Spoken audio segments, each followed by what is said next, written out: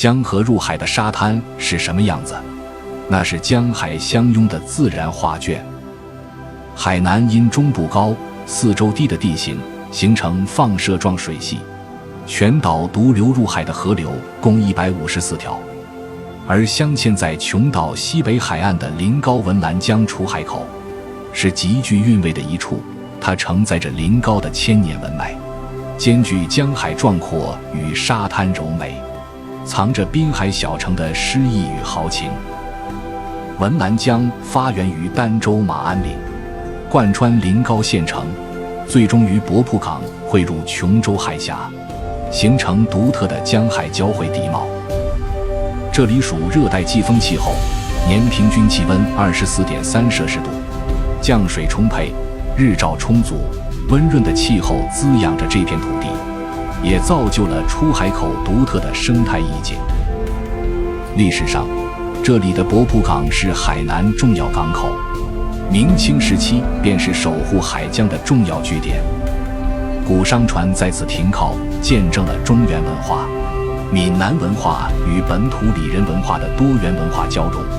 承载着临高余乡的千年记忆。出海口的沙滩是大自然的匠心之作，沙质细腻洁白，绵延数里，踩上去松软温润，不含杂质，赤脚行走毫无硌脚之感。其形成源于文澜江千万年的泥沙冲击，江水裹挟着流域内的细沙奔流入海，再经琼州海峡潮汐的长期打磨分选，将粗砾滤去，留下细柔沙粒，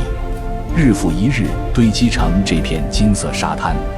兼具江沙的细腻与海沙的洁净。海水冲击沙滩的景致是这里最动人的画卷。涨潮时，海水裹挟着浪花奔腾而来，层层叠叠的浪涛拍击沙滩，发出浑厚绵长的声响。溅起的碎浪如珍珠般散落，在阳光下折射出细碎金光。退潮时，浪花轻柔漫过沙滩，留下蜿蜒的水痕与细碎的贝壳。海风裹挟着咸湿的气息拂面，远处渔船点点，与湛蓝海水、洁白沙滩、岸边椰林相映成趣，构成一幅灵动的江海共生图。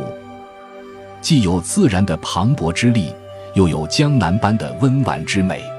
让人沉醉其间，流连忘返。